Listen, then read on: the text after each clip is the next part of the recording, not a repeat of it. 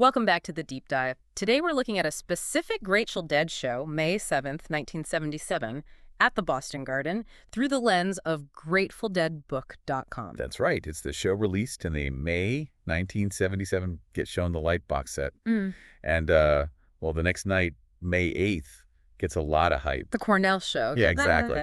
But some folks, and this review makes the case, actually prefer this Boston night. So our mission is to unpack what GratefulDeadBook.com found so musically special about this one. And remember, if you want listening guides for this whole week in Dead history, check the link in the bio for This Week in Grateful Dead History on their site. Good call. Okay, first set highlights according to the review. Well, they kick off mentioning Bertha, called it lively, really fluent soloing from Jerry Garcia. Nice. And they even mentioned a funny lyric flub. Apparently, Donna Godcho laughed. You know, those little spontaneous moments. Yeah, adds character. What else stood out? Cassidy got a mention. Great jam, though maybe a bit short. And strong vocals from Donna, too. And then Deal. They talked about this kind of boogie-woogie jam. The drummers, Keith on piano, and Jerry really driving it. Boogie Woogie Dead. I like that. How about Jack Straw? Bobby's version was described as laid back but powerful, sort of epitomizing that classic 77 sound, you know, crisp and focused. Gotcha. Any quieter moments highlighted? Yeah, Peggy O. Yeah. They pointed out magnificent trade-offs between Jerry and Keith. Really intricate stuff. Beautiful. Then New Minglewood Blues apparently brought the energy right back up. Good flow. Anything else major from set one? Oh, yeah. Mississippi Half Step called it a jam anthem version. Lots of interplay between Phil Lesh and Jerry, leading right into Big River. Yeah, a real journey there. For sure. And the closer, the music never stopped. Donna's harmonies were spot on, apparently. And the jam built up with these really clear, crystalline guitar runs from Jerry. Wow, packed first set. How about the second? Kicked off strong, Terrapin Station into Samson and Delilah.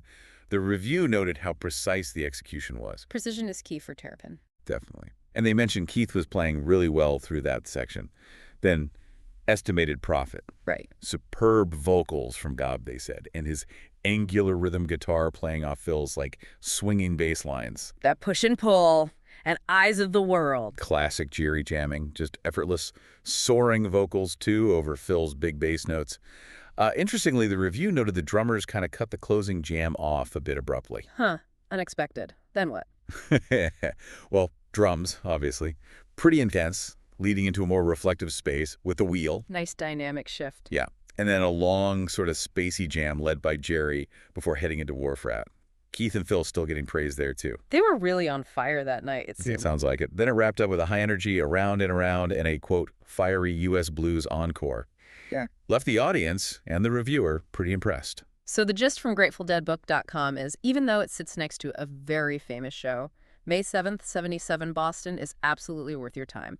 Some truly excellent moments. Exactly. It just goes to show, doesn't it? Even shows from the same tour right next to each other can offer such different, really compelling musical journeys. Makes you wonder what other gems are out there, maybe just slightly less talked about, something to think about as you explore their music.